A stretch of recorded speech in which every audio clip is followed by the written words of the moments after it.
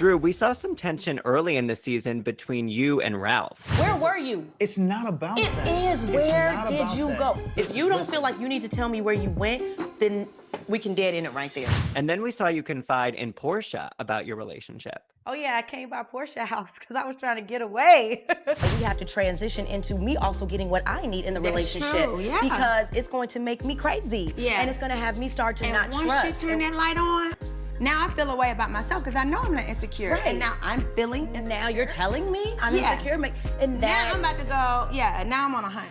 I remember that we were moving. It was a lot of drama between my mom and my husband.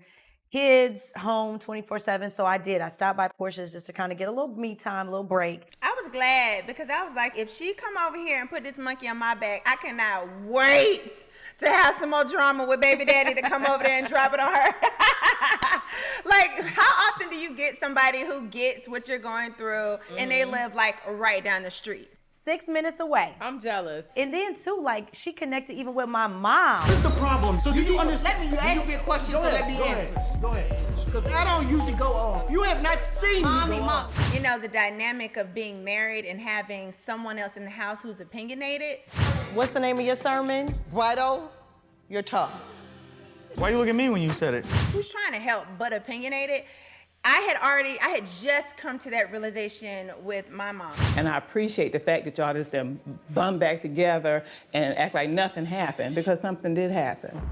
And my mom had come to that at the same time where we kind of looked at each other and was like, whether you and Dennis work out or not, I need to start, I hate to say weaning me off. You know, I didn't really realize that I was still so attached because I had had my child. We had had a breakup immediately, you know, and so she was my support system. And then we just continued. But at some point, you know, I gotta, cut the umbilical cord. And so I was able to kind of talk to Drew and be like, listen, even though we love mommy and everything like that, you and your husband have to fix that first. So when her mom actually decided to go back up north, it kind of worked out. You know what I'm saying? Because then she had some one-on-one time with Ralph or whatever. So I totally got it. And I'm the type of person that I love to use my life, whatever I'm going through, to help you out. So I was like, this is right up my alley. That was a big step, and some people may not understand. That was major for me. And to be put on your big girl panties, as she said, like me having to take on my laundry, my kids, my husband all at once, that was a lot for me. And I was scared. I can say that now. I was scared because I didn't think I could rise to the occasion and be successful in that. So now that my mom is gone and I put the light on my relationship, I'm all in and I am owning a lot of my mistakes. I'm owning everything and I'm taking on responsibility. I even took the next step to go seek my own counseling. That was a real moment in my life that I'm grateful for. So, yeah. I just love the fact that you can be so vulnerable. Like, that alone is growth, and that's just maturity, and it just shows how amazing of a communicator you are, because vulnerability is very hard. Don't make me cry tonight. This is not the day. This is the day. We have not had girl talk in a minute, Drew. Cry. I got my Kleenex in Shamia. That would be a hug if we were together. I know. Virtual hug. That would be a group hug. I want a moment. kiss. We'll have it later. Right, tonight. Hello, don't be late, hoes.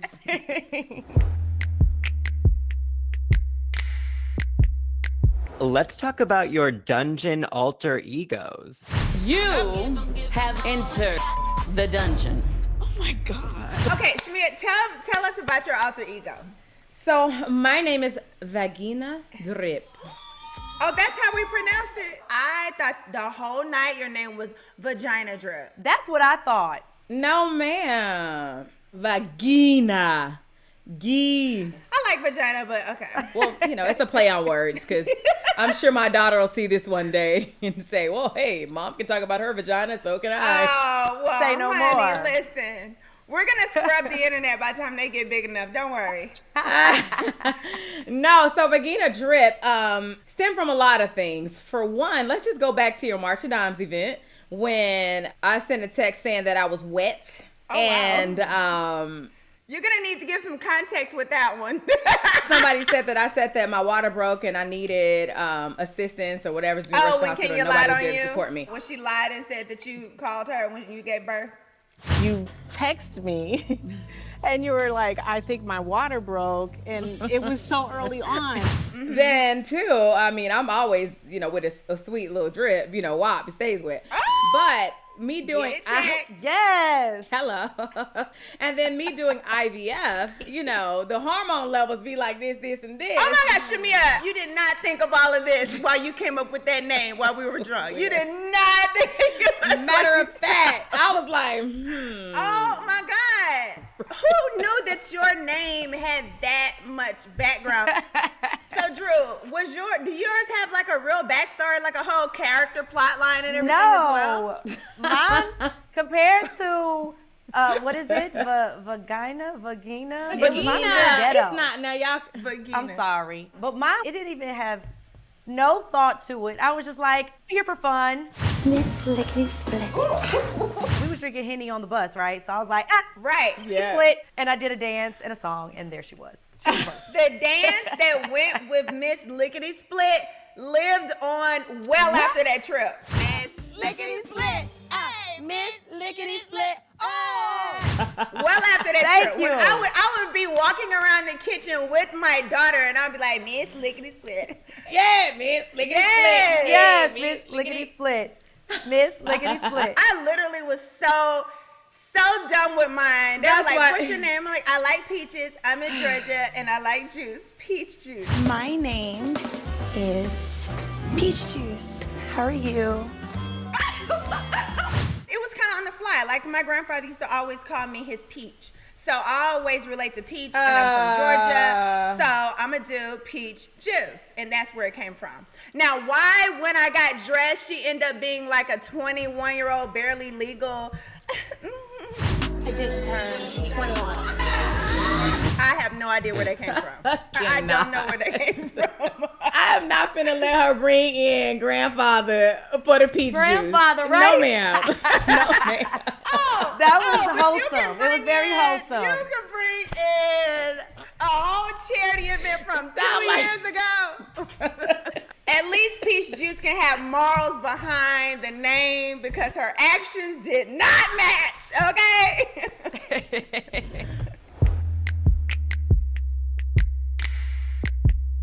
This season, Cynthia, you introduced us to the newest Atlanta housewife, Drew Sidora. I initially met Drew through my favorite sunflower, Eva. This is my friend Cynthia. This is Drew Sidora. This is a good girlfriend of mine. What did you think about her joining the group? I personally like fresh blood. Not fresh blood. Where do you get all of these strays from, honey? I mean, what do you do? Just visit the local pound? How are you? So when I came on the show, I'm gonna be honest, I was nervous and I was excited, because I'm the new girl. It's like the first day of school, so you're getting to know people, and it was a roller coaster. It was a damn roller coaster. Shut the up. I swear to God, I don't know what people are saying behind my back. That is not a wig. That is a pet on your head. She got Drew Isha on her head. She got that beauty supply wig on her head, girl. I didn't know people were coming for me. Put you on your back. Got her a custom wig. Wanted to give her something special. I don't know what I'm doing, so I'm just here. I'm here hoping to connect with people, make new friends. LATOYA, my biggest fan, girl. You are. You know what I loved about meeting Drew? Some people who come on the show, it seems easy for them. They kind of immediately click with the group. They figure out who they want to hang with. They go hang with that person. And then they kind of end up excluding the rest of the group, i.e. Toya. But Drew genuinely came in, and I feel like it was really rough for her to like get her footing, because if you come into this group, it's one thing to watch us on TV. It's another to be actually inside the group and realize, oh, some of these bitches is really crazy. Like, wow, I really have to explain myself 15 times. Or, oh, wow, I really love this person, but what do I do because this person doesn't like them? She went through every emotion, and I saw her trying to find her way. I'm away from my kid, and I can't even enjoy it because I'm here. Stressed. From a group that's not keeping it real. From a group that's not keeping it real. And it got me feeling like, should I just pack my bags up and go home? Honestly, it was rough for her, but I can appreciate her going through that, because that like really kind of showed me, okay, she's here to be genuine. She's not here just to like be like, oh, who can I clout and be friends with? Who can I whatever? She really came in to get cool with people. So midway through the season, being around us, she had found her groove. She realized who she was gonna deal with, who she wasn't gonna deal with. So that made me trust her kind of early on, as opposed to some other people. When I met Drew, it was maybe like 6 or 7 years ago. We were on the set of the TLC biopic, and immediately I knew I would like her. Like, she was so sweet back then and so genuine. And when she came to the Housewives, she gave the exact same thing. When people ask me about her, I'm like, she shook it the hell up, because the normal BS that we're used to, that we deal with from some people, she was like, I'm not dealing with this. Like, no, this is not okay. I don't think you communicate and really bring yourself to the group of ladies. I know, but like, don't be so defensive. Why is this happening? Like, she would set the dinner on fire, and it's like, wow, okay, we're gonna really learn to communicate now. Right. I could say with these girls right here, Shami and Porsha, I really feel like they're very genuine. And I forged a real relationship as we're getting to know each other. So I feel very comfortable with them. Like, I can really be myself, and we have a lot of fun. So I was very grateful for that part. Kenya, you instantly connected with LATOYA.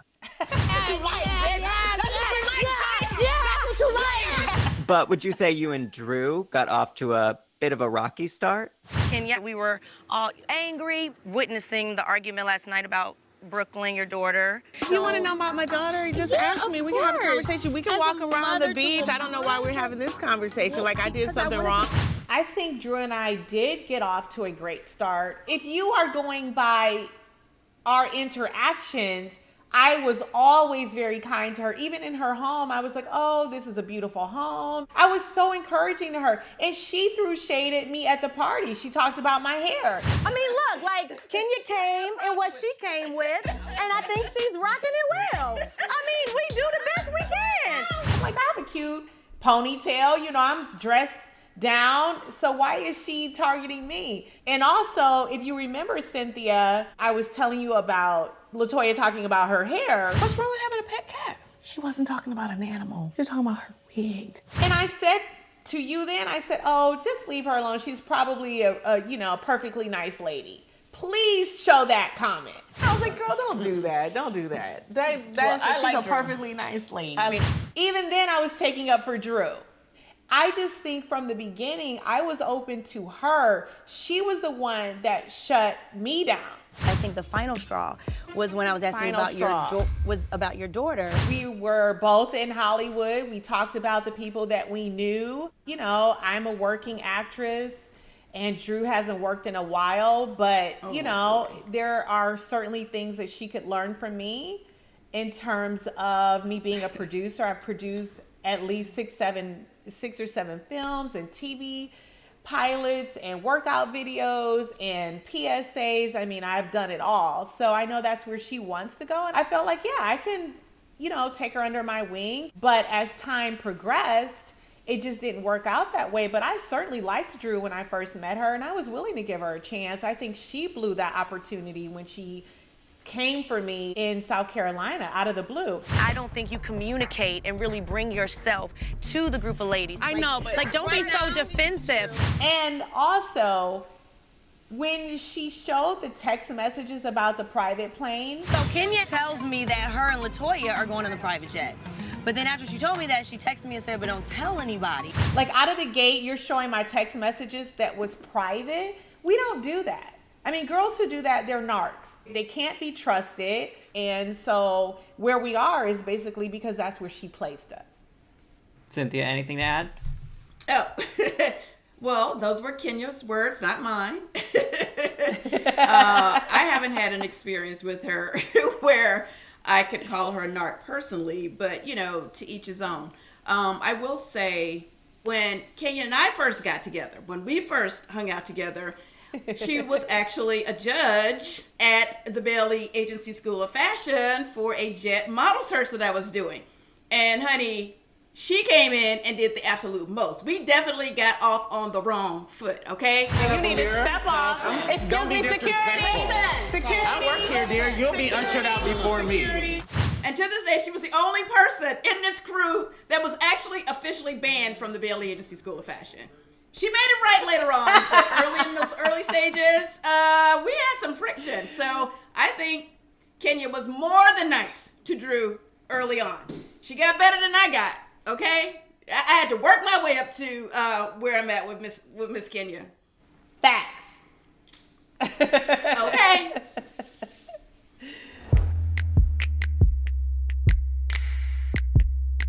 LATOYA, you brought some drama this season. Drew, can we talk about your struggling husband? Wait, let's do it then. You don't know nothing about my struggling husband, though. But usually we see you and the ladies make up and have fun. We got over it. People do not stay mad with LATOYA. She be ready to make you kill her one moment, and the next minute, she's like, I'm sorry, honey. And then all of a sudden, you be like, okay, girl. Has that happened with you, Kandi? Kandi hasn't forgiven me! Me and Toya, we mad at each other right now, and she can't come on speak on it anymore because she stood me up multiple times. But we'll talk about that later. But you stood me up one time. Third strike, you're out. I'm done. Wait, I'm at the third strike? Yes, but I ain't even. Wait, hold on. Why don't I get 5? Please. Okay, wait. What happened? Please, Kandi. She stood me up 3 times.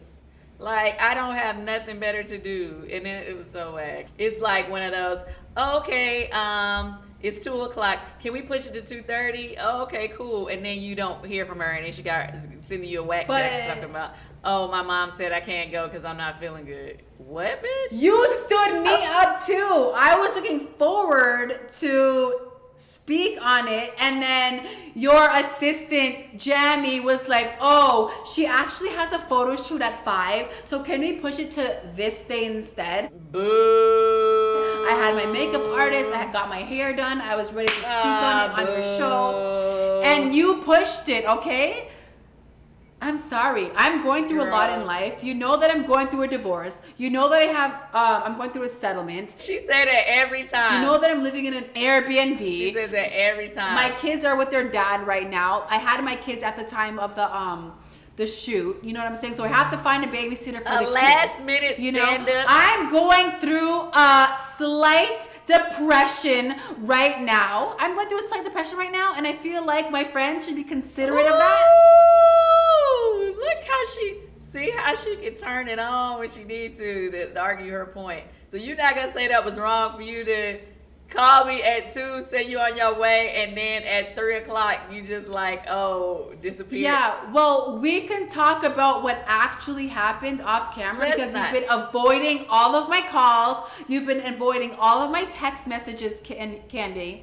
Like, you've been avoiding me. So I haven't been able to express what truly happened. I was like, okay, I understand. Second time, I'm like, okay, now you tripping. That was you. You had a photo shoot the second time. Okay, we'll talk about it later. I'm sorry.